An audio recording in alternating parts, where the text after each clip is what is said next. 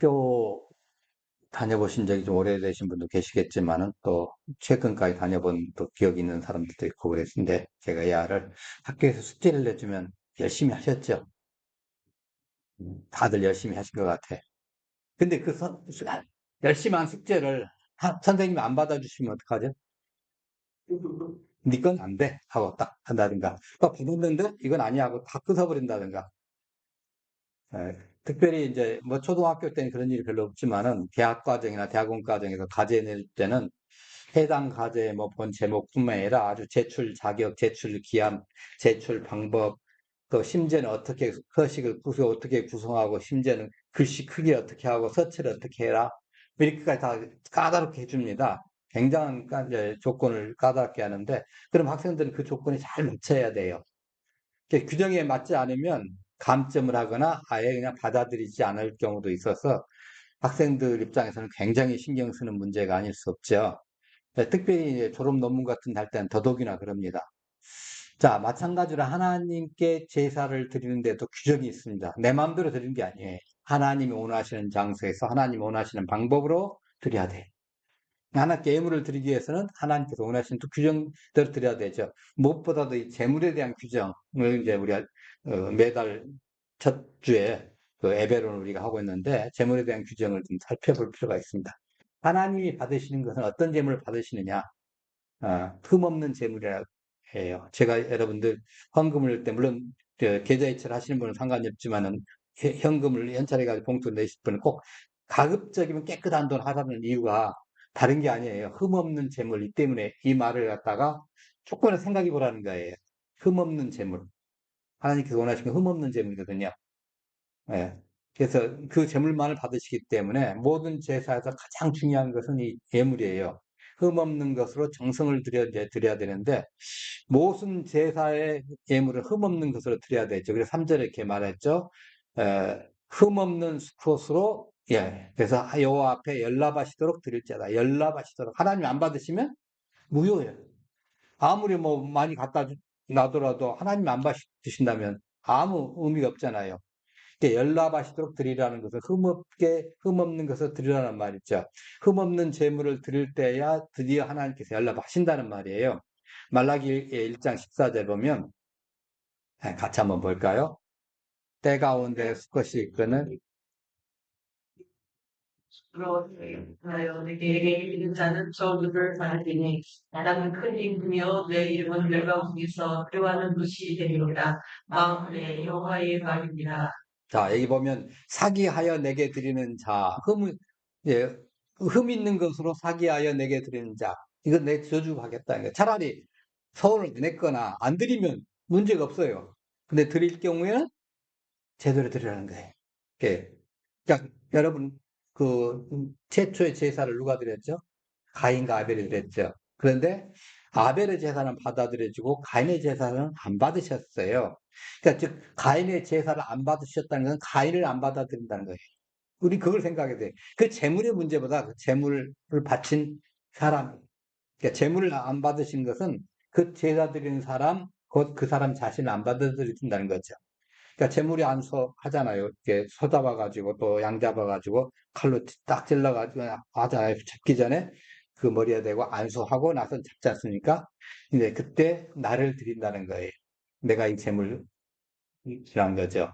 그래서 헌신 번제를 그러니까 요즘에 우리가 이제 적용을 해본다면 예배에 있어서 재물은 예배자 자신입니다.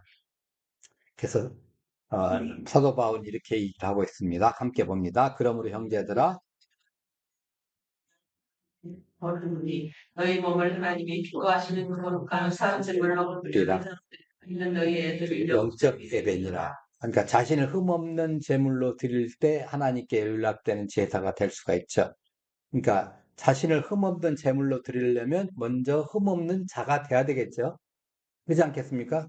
이제껏 그냥 여러분 그 하나님 앞에 지금 인사로 가는데 그 아주 그냥 험한 곳에 있다가 그 복장 그대로 해가지고 옷도 갈아입고 땀 질질질 흘리면서 인사로 갈 수는 없잖아요.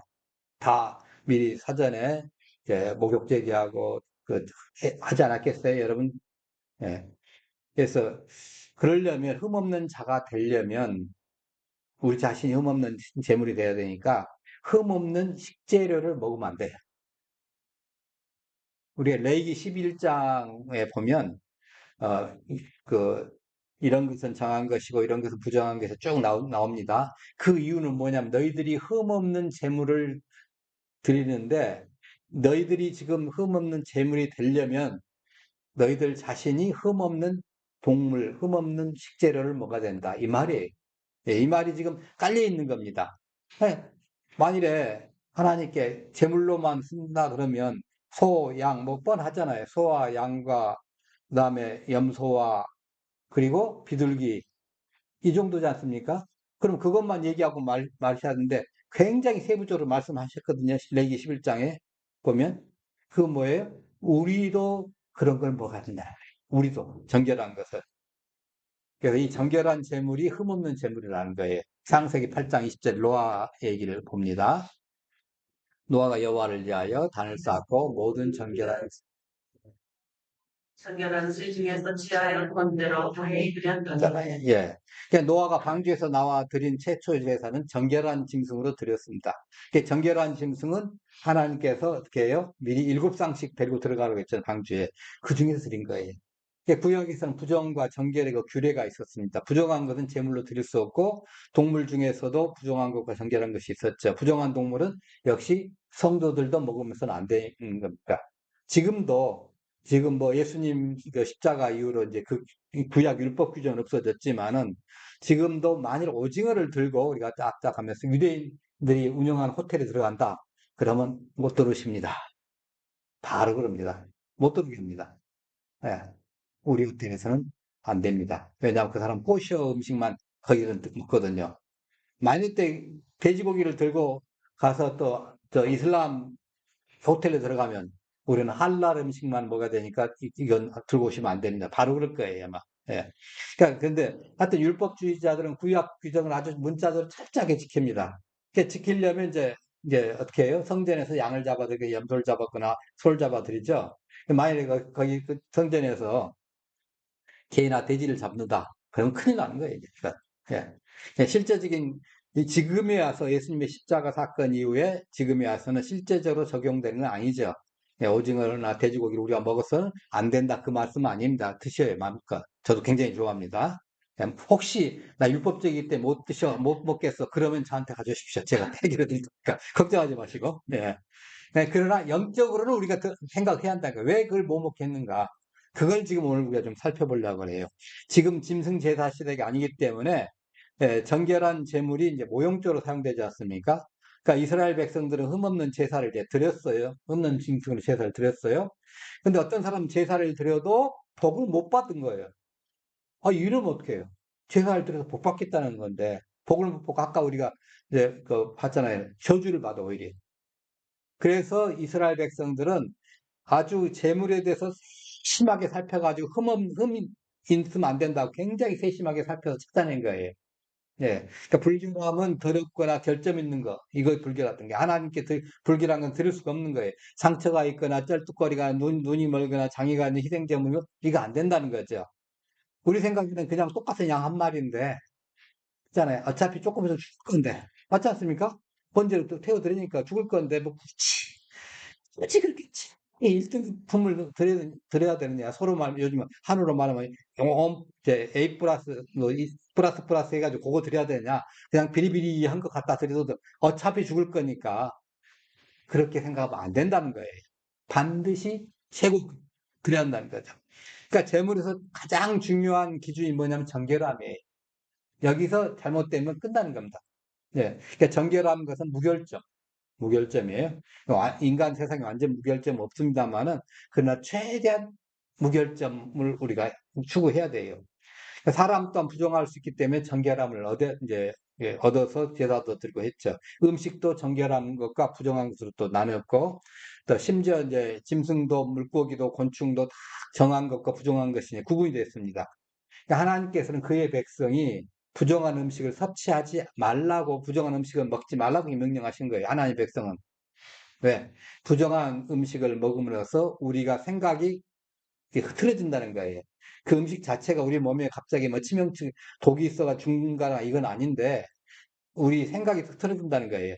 그러니까 제단에 바친 제물 역시 깨끗한 거, 뭐 비둘기라든가 양이라든가 이런 거. 근데 부정한 거, 까마귀 고기를 내놓는다든가 뭐 독수리 고기를 내놓는다든가 이게 안 된다는 거죠. 그러니까 부정한 음식을 섭취하면 정결함을 잃기 때문에 우리 스스로가 제물이 될 수가 없는 거예요. 제물로서 가치가 사라지는 겁니다.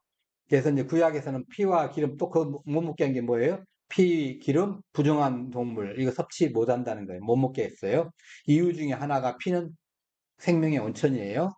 그 죄를 대신하시는 대속의 이제 본질 의미 있기도 하고 또 피는 현재 위생학적으로도 굉장히 그 생피를 먹는 건 불결합니다.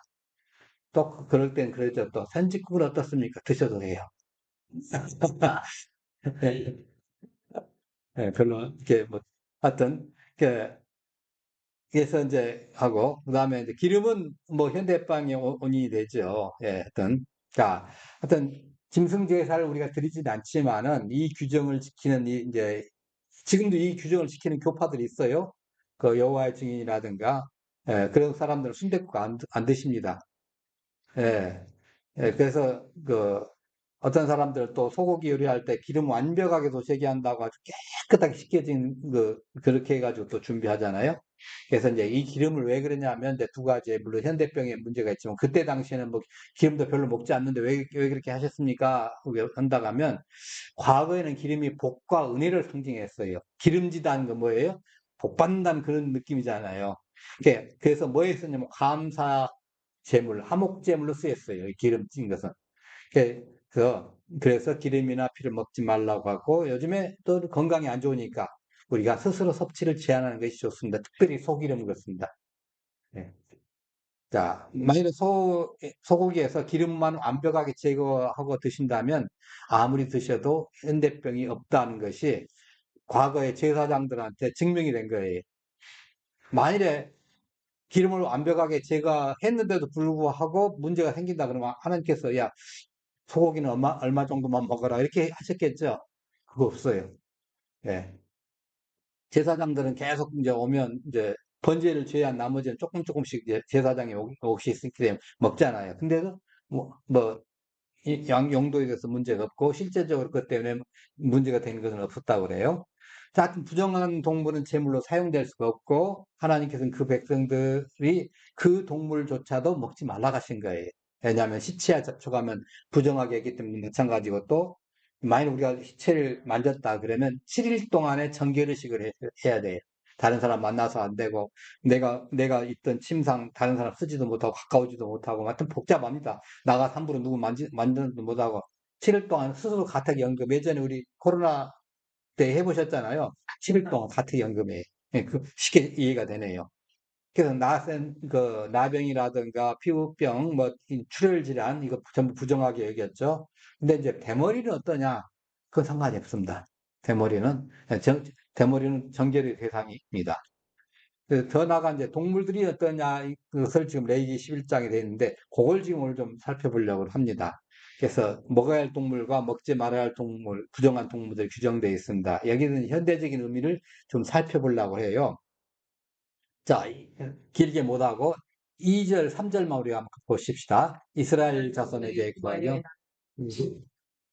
그의 먹을 만한 식물을 이려 하니 인생 중으로 급이 달아져 족발이 되고 슬림이라는 것은 너희가 먹되. 자, 어떤 거 뭐라고 그랬죠? 굽이 갈라져 쪽발이고 되새김질 하는 거. 되새김질 하는 것은 이제 소, 양, 뭐, 염소, 이런 게 이제 뭐 되새김질이에요. 낙타라든가. 자, 그런데 또 하나의 조건은 쪽발이에요. 돼지 같은 경우는 쪽발인데도 되새김질 안 하니까 못 먹습니다.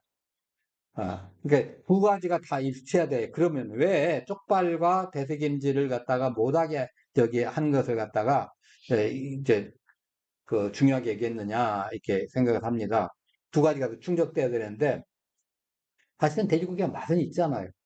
예, 우리가 자꾸 또 삼겹살 생각하지 마시고 한 유대인이 돼지고기 파는 가게 이제 정육점에 가가지고 아마 이제 가서 고깃값을 좀 물어봤던 모양이야. 먹고 싶었던지. 근데 갑자기 천둥번개가 쳤어요. 그러니까 하나님한테 하나님 값만 물어보는 것 가지고도 죄가 됩니까? 하고 이게 푸념했다는 유머가 있습니다.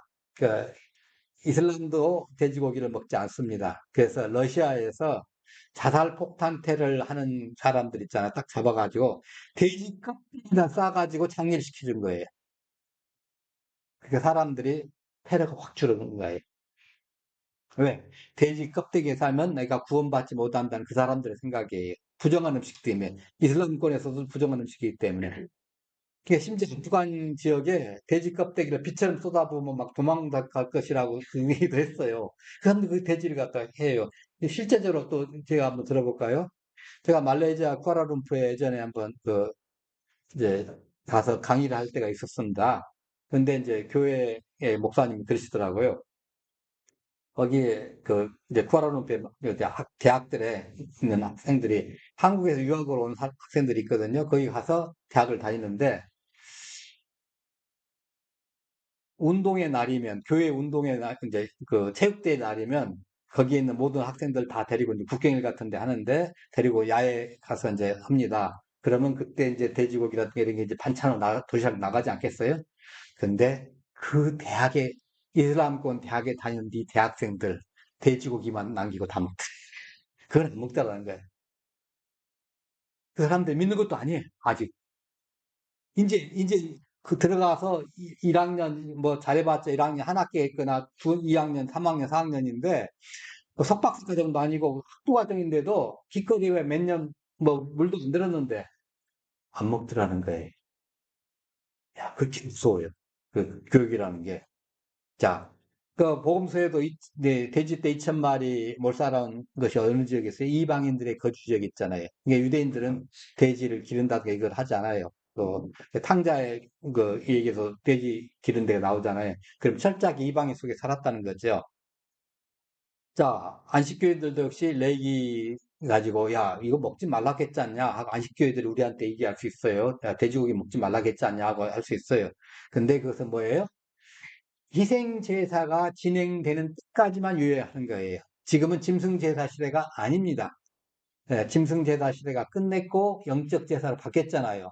그렇지 않습니까? 요한복음 4장에 보면 예, 곧 이때가 오나니 그때가 되면 이제 실영과 진리로 예배할지니라 우리가 맨 처음에 했잖아요. 그러니까 새로운 예배를 대치됐으니까 이제는 먹는 것에서 자유하는 거예요. 그래서 마음 놓고 뭐 오징어도 드시고 돼지고기도 드시고 하시는 겁니다.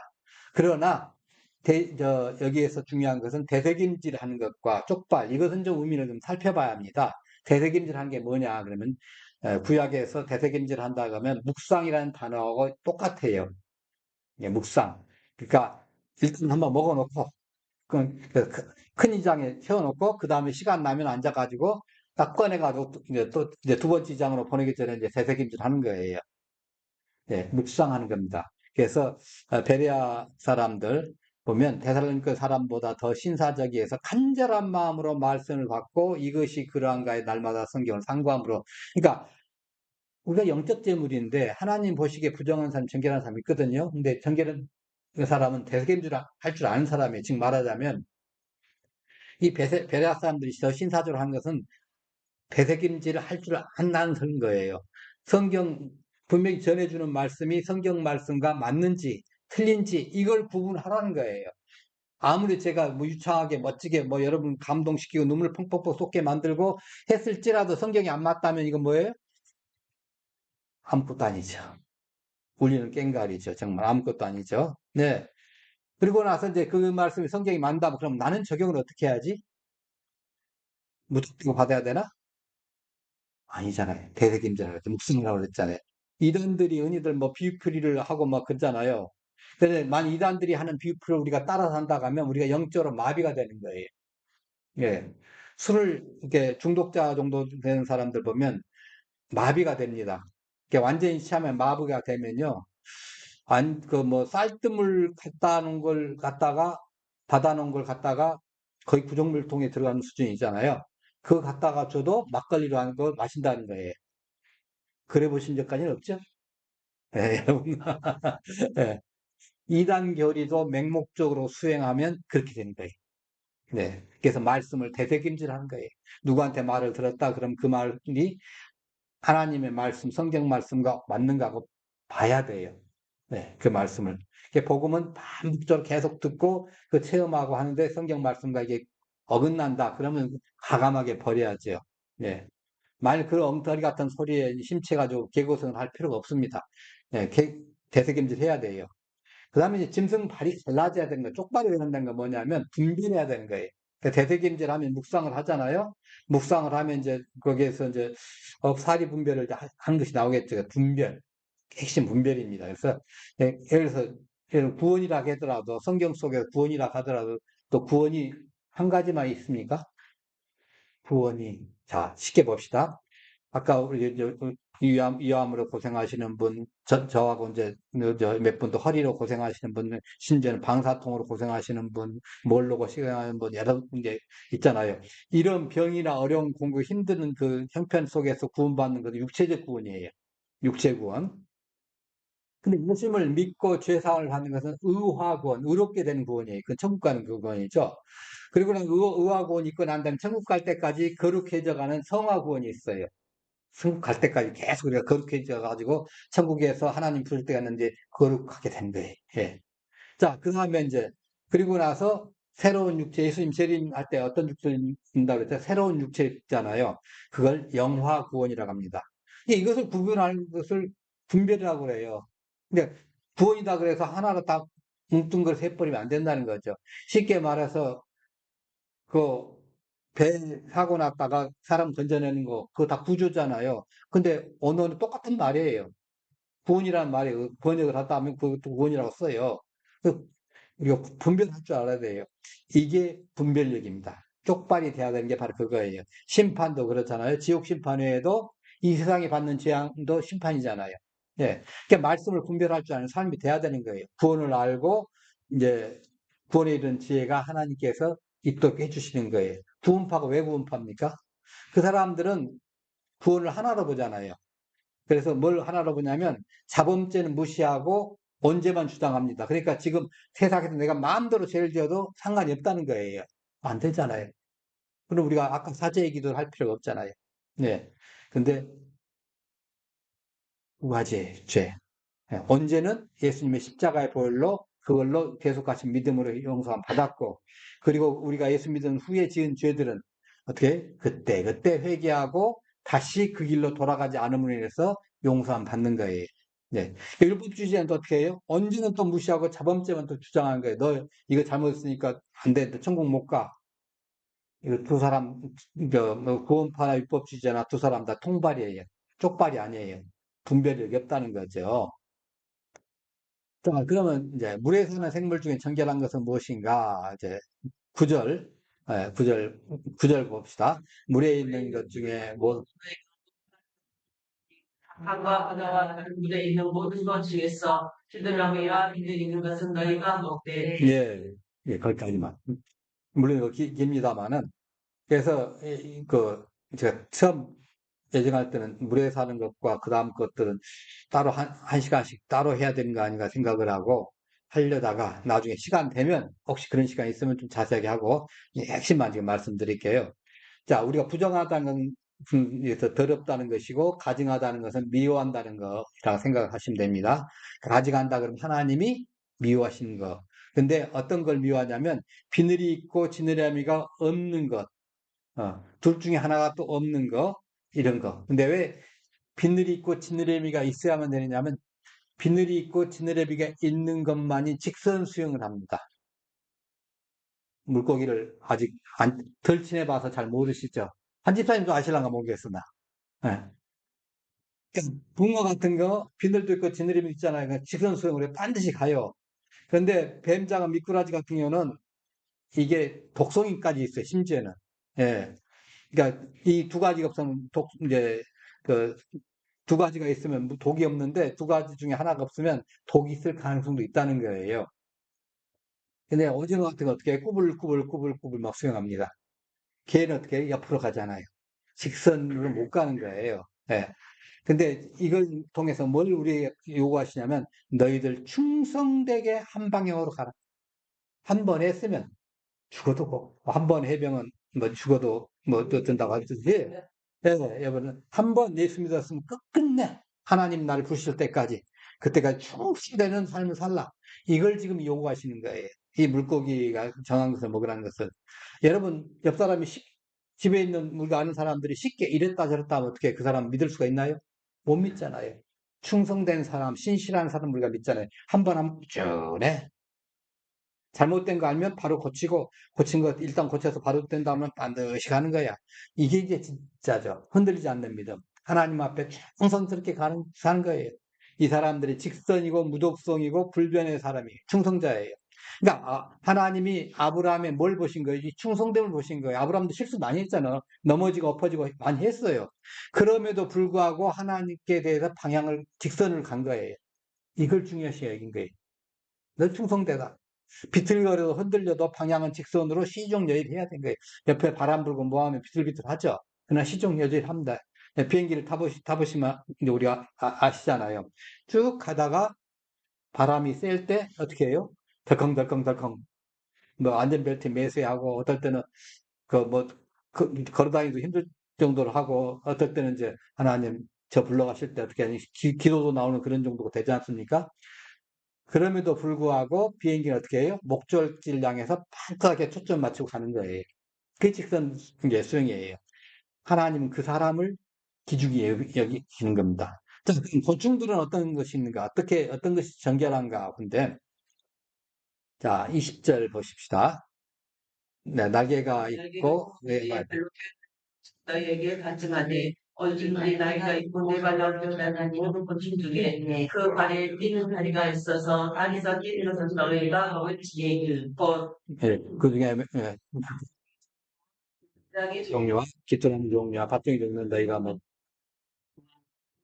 얘가 기어다니는 곤충은 다 너희에게 가증하니라. 예. 땅에서 기는 모든 곤충은 기본적으로 부정하다고 보면 됩니다. 기본적으로.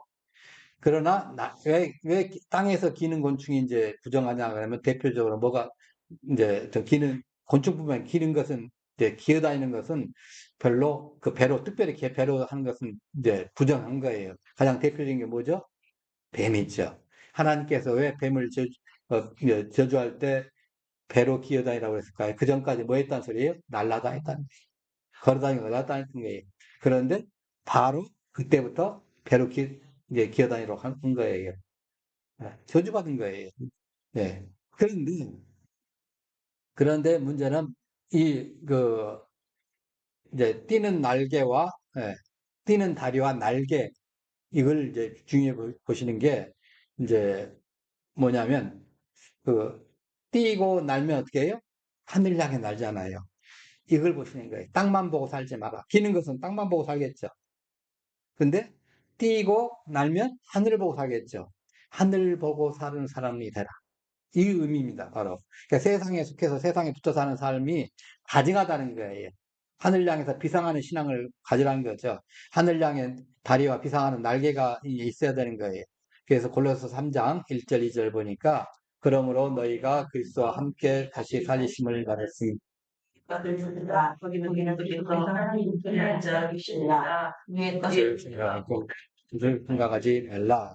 예. 그러니까 땅의 것 생각하지 말라. 땅에 기는 곤충들 먹지 말라. 그걸 안 먹으면서 위에 것을 생각하라는 거죠. 예. 그래서 나의 가치관이 하늘 향해 지향을 해야지 세상 것을 향해서 지향하면 안 되죠. 그래서 영적으로 충만하고 깨끗한 삶을 살 수 있도록 해야 되는데 땅의 것을 쫓으면 이 세상의 것을 쫓으면 부정적이고 가증해집니다. 예, 뛰어오른 다리와 날개로 비상할 수 있는 그런 방아개비라든가 뭐 메뚜기처럼 이렇게 우리도 하늘 향해 날아가는 거죠. 우리 삶의 방향이 하늘로 향하는 그런 삶이 되라는 거예요. 하나님께서 이 곤충들 중에 이것만 깨끗하니까 먹으려면 이것만 먹어라 하고 하신 이유가 그거예요. 여러분 한번 점검을 해봅시다. 내가 하늘을 바라보고 사는 사람인가 땅을 바라보고 사는가. 예. 물론 가다 보면 빵도 넘어지지 않도록 바라봐야죠. 그러나 궁극적으로 하늘을 바라봐야 합니다. 특별히 허리 아프신 분들은 하늘 바라보고 삽니다. 땅 바라보고 갔다는 기간이 오래 갑니다. 예. 어떤 분은 10년 동안 허리로 고생하셨더라고요. 그걸 깨닫기까지 5년, 6년인가 걸리고 그리고 그 치료하는데 5년이 걸렸어요. 10년, 11년인가 걸렸다고 그래요, 자기가. 땅만 바라보다가 열심히 막, 뭐, 운동하고 열심히 뭐 스트레칭하고 했는데 계속 열심히 이렇게 허리만 상하겠죠. 그러다 이제 깨달은 거죠. 가만히 있어라. 내가 낫게 해주마. 하나님이 허리 디스크 나온 거 다 아물게 해준다는 거예요. 여러분, 이 상처 나면 이거 뭐 하죠? 여러분, 이거 상처, 여기 칼로 뱄어요? 그럼 어떻게 해요? 그냥 소독만 하고 놔두면 끝잖아요. 물 닦고 뭐 하니까 우리가 이제 밴드를 붙이는 거지. 물 닿지 않는 부분보다 소독만 잘 해주면 저절로 나아요. 이 디스크도 그런다는 거예요. 터져서 탈출하더라도 자세만 바로 해가지고 가만히 하고 쓸데없는 거 안 하면 낫는다는 거예요. 아물게 해주신다는 거예요. 그걸 그분이 깨달아가지고 이제 그 환자들한테 알려주시더라고요. 본인이 그렇게 생고생해가지고. 예. 자, 하여튼, 그러면 이제 특별히 하늘 보고 좀 걸어라. 그분이 그래, 하늘 보고. 다른 사람이 볼 때 좀 거만하게 보여도 상관없다. 물론 하나님하고 나하고 더, 이 얘기하면 더 좋겠지만, 하여튼, 하늘 보고 걸으라는 거예요. 그래서 눈을 좀 이렇게 하고 약간 고개를 뒤로 약간 젖힌다. 그런 느낌을 약간 다른 사람이 할 정도로 의젓하게 걸으신 다음에 여러분, 허리가 이제 건강하실 거니까. 자, 그처럼 하늘 보고 살라는 거예요. 곤충들에서 이것만 먹어라. 다른 거 먹지 말라. 다른 거 가증하. 다른 거 뭐예요? 우리가 하늘바라기 인생 되라는 거죠. 세상의 가치관에 하지 말고 하늘의 가치관, 하나님의 가치관에 이제 따라 살라는 거죠. 그래서 사나 죽으나 하나님의 뜻 안에 있다. 이 믿음 가지고 살라는 거죠. 예. 그래서 만일에 우리가 뭐 뱀 같은 경우에 왜 그래요? 저주받아서 그랬잖아요. 우리 전설의 동물이 바로 용이잖아요. 뭐 북현무 남주작 할 때도 그거 다 용의 종류인데 그 전설의 동물 그 용과 비슷한 모습이지 않았냐 생각이 들어요. 저주받기 전에는. 근데 저주받고 나서 땅에 기는 것이 될 거예요. 예, 왜냐하면 간교하다는 말을 갖다가 하나님이 쓰신 거 보면 외적으로 굉장히 아름다워가지고 아주 미혹할 만한 존재로 이제 표현된 것 같아요. 자, 여하튼 간에 우리는 부정한 것에 가까이 있지 말고 깨끗하지 않는 것을 섭취하지 않도록 주의해야 합니다. 이것들은 가증한 것이니까 이제 그 고기도 먹지 말고 그 죽음도 가증하게 여겨라. 그 만지지도 말라 이렇게 합니다. 여러분 신앙 좋은 사람이 옆에 있으면 나까지 성령 충만합니다. 맞죠? 근데 시험 친 사람 옆에 있으면 나까지 시험 될 가능성이 있어요. 울분이 가득한 사람, 그런 사람하고 동행하지 말라고 그럽니다. 성경에 나와 있어요. 왜냐하면 나까지 동호가 된다는 거예요. 울분이 가득한 사람은 어떻게 해요? 앉혀가지고 가라앉힌 다음에 같이 다녀야 돼. 멀리 할 것이 아니라 가라앉힌 다음에 예, 예, 울분을 갖다 다 뽑아낸 다음에 부정한 것은 제물로 드릴 수가 없습니다. 부정하게 된 사람은 하나님 앞에 나갈 수가 없습니다.